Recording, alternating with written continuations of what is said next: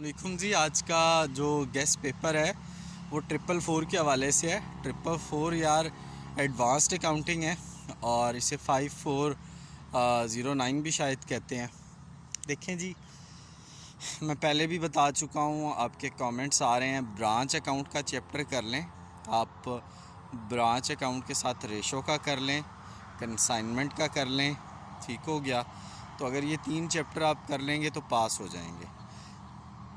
Extra chapters में company account है और जॉइंट वेंचर है, ठीक है। तो ये अगर आप कर लें तो आपके 5 सवाल हो जाएंगे। अगर आपको इन चैप्टर्स के सॉल्व क्वेश्चन चाहिए, 5-5 सवाल मैंने इन तमाम चैप्टर्स के सॉल्व किए हैं। 25 सवाल हैं, उसी टाइप का पेपर आता है। एग्जैक्ट वो पेपर नहीं आता, अगर आप कहें उसी टाइप का पेपर आता है। तो इंशाल्लाह आप 75 प्लस नंबरों के साथ पास हो जाएं। तो आज का गेस्ट पेपर